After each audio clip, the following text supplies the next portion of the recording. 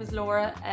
I'm here today to introduce you to our new little passion project. It's called the Social Story Network. It's myself and my husband have teamed up together to try and put together some videos and a little platform for people to share their experiences. We're quite new to this kind of world, and of course being in front of a camera isn't usually where we are.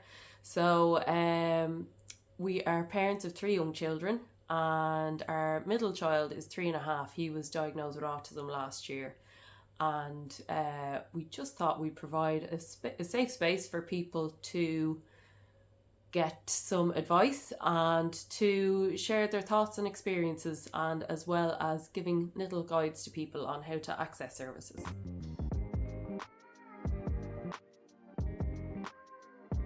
So as our son's needs were becoming more apparent, we actually found it as a family more difficult to access the services we used to take for granted, you know, going out for fun days out or just run-of-the-mill day-to-day, going on public transport. And we've actually found that we started to withdraw from doing a lot of those things because we weren't sure how our son would react to them. There's things we feel he might enjoy, and we were still kind of nervous or hesitant to take him because there might be sensory stressors or social stressors or other things that he may encounter that he may not be prepared for, which would ultimately lead him to become quite distressed.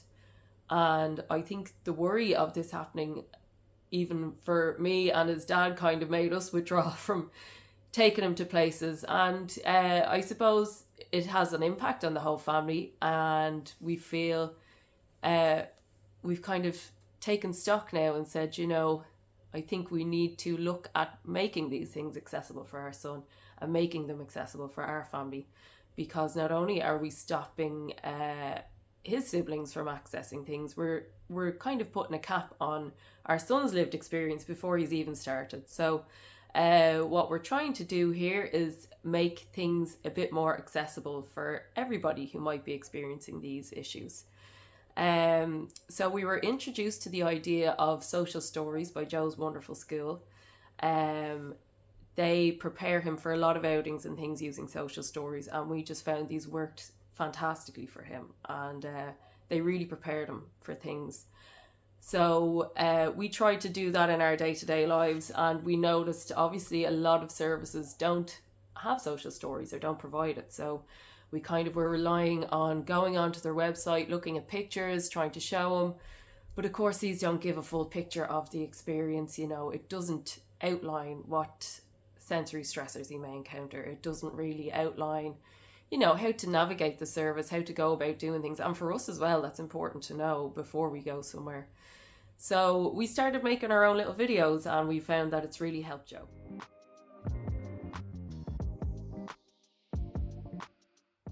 So we found that the videos are good for us in that, well, first of all, we can show our son and prepare him for what he might encounter, and we can actually gauge a lot of the time whether it is something he would or wouldn't enjoy. For example, you'll see on our YouTube channel, we went to the car wash. He was asking to go to the car wash for such a long time, and again, we were nervous how he'd kind of react to that. It's quite a sensory experience. So, but then we decided, like, why are we stopping him if this is what he wants to do? So we went to the car wash, we took a video, and when we showed it to him, he decided it was not for him. So it kind of gave him autonomy as well. Like, you know, we feel it allows people to decide whether an experience, first of all, is or isn't for them. I actually think now he's possibly watched it enough times that he's back to wanting to go. So in that case, we may have prepared him for going. And as well, it prepares us as parents as to, you know, is there any part of this experience we might need to avoid? Is there any way we can make an exit if we need to? Is there things we could bring to kind of, you know, do we need to bring ear defenders? Do we need to bring other sensory supports with us that will help Joe along the way? So that's how the videos help us, really.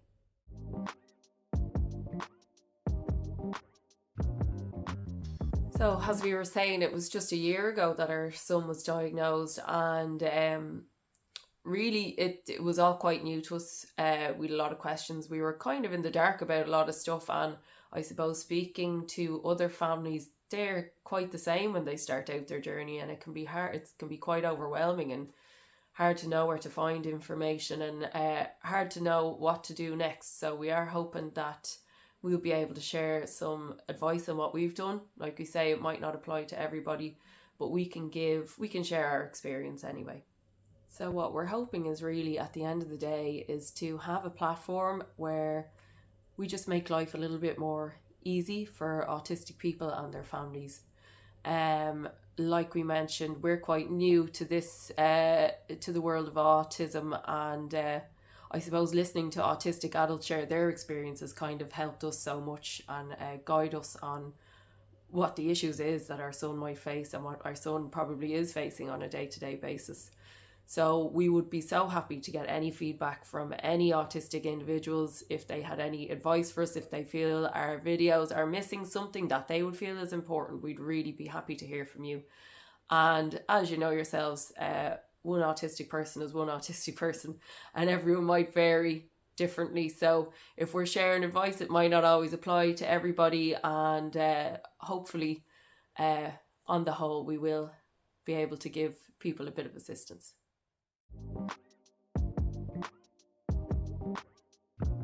So, if you think this might be something that would assist yourself or assist a family member, please do give us a like and a follow, and you can subscribe to us on YouTube. Also, if you have any requests for places or suggestions for places to go, we'd be delighted to hear from you as well.